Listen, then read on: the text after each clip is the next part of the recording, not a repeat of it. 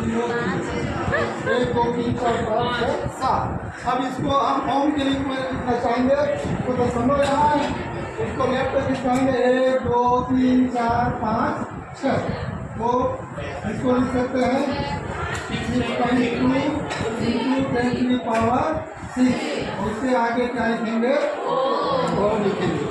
तो समझ आया, पहले और दूसरे अंक को लिखेंगे और तीसरे के गुणांक को लिखेंगे।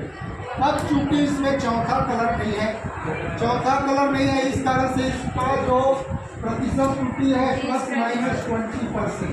इस प्रकार से ब्रैकेट में क्या लिखेंगे, ±20%, मतलब उसका रेट जो है -20% से लेकर के +20% तक के उसका रेंज हो जाएगा। तो इस प्रकार हम जो है किसी कार्बन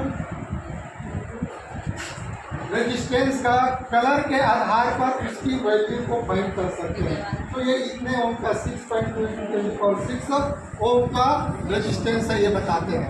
तो इसको पहले लिख लीजिए, फिर कुछ प्रश्न देंगे, उसको तुम लोग स्वयं बना के वाला है। चालू कर लो। 4 कलर कोड में ±10% को हम विश्लेषित करेंगे कि उसकी लिमिट क्या होती है। यदि हम प्रत्येक रेजिस्टेंस के लिए हम जो एक निश्चित वैल्यू रखें और उस निश्चित वैल्यू को रखते हैं तो बहुत ज़्यादा रेजिस्टेंस किसी इलेक्ट्रॉनिक दुकान में रखना पड़ेगा।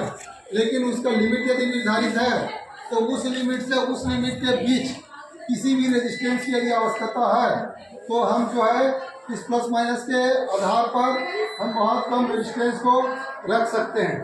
अब यहाँ पर 4 कलर कोड है, तो 4 कलर कोड के लिए यहाँ पर हमें पहला कलर कौन सा रहेगा, कौन सा कलर रहेगा, कैसा जाने, येलो कलर है, क्योंकि ये तार के ज़्यादा निकट में, ये दोनों तरफ जो तार निकले हुए हैं या इलेक्ट्रोड भी कर सकते हो, इसके ये दोनों तरफ में से ही इसके ज़्यादा पास में है, ये ज़्यादा पास में है। तो पास में इस कारण से पहला कलर क्या होगा, येलो होगा। दूसरा देखते हैं, ये पहला हो गया। दूसरा कौन सा है, बैगनी 7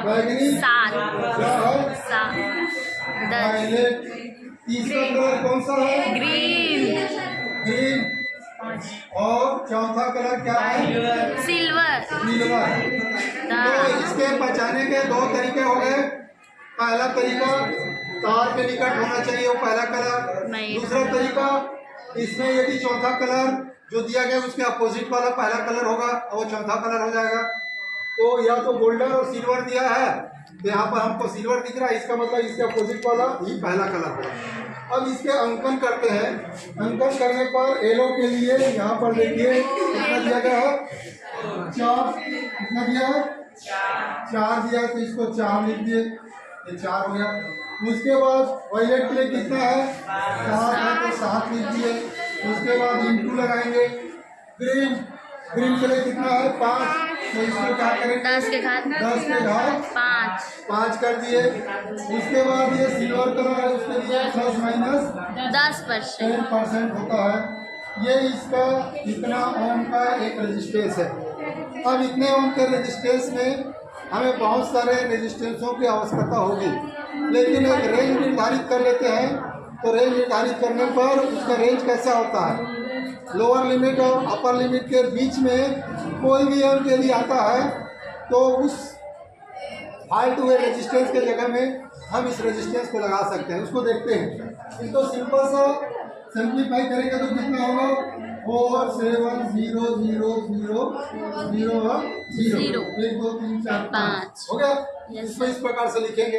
अब इसका -10%, इसका -10% कितना होगा, एक शून्य को हटा दो। क्या करेंगे, एक शून्य को हटा दें, ये माइनस हो गया। -10% में क्या होगा, 4 7 0 0 0 0, एक शून्य कम हो गया 10% के लिए। इसको घटाएंगे तो क्या होगा, 0 0 0 0, 10 में 7 है तो 3 80, इसमें कितना 5 है तो 2 और 4, ये -% हो गया, मतलब लोअर लिमिट। अपर लिमिट देखते हैं, 4 7 0 0 0 0 0, ये दिया गया है, इसमें प्लस परसेंट है तो प्लस परसेंट 4700000 दोनों को जोड़ देंगे 0000 7 के घात 5। तो इसका रेंज क्या हुआ? इसका रेंज क्या हुआ देखो, इसको इस प्रकार से डायरेक्ट अपन समझने के लिए क्या करते हैं, इकाई दहाई सैकड़ों हजार 10,000 लाख 10 लाख 42,30,000 से इसका रेंज है 51,70,000। कितना? 51,70,000। इसके बीच में कोई भी रेजिस्टेंस यदि टूटा हुआ है या जल गया है तो उसके जगह में ये वाले रेजिस्टेंस को हम लगा सकते हैं। एक उदाहरण बताते हैं। एक उदाहरण बताए कि किसी इलेक्ट्रॉनिक सर्किट में यदि 4905000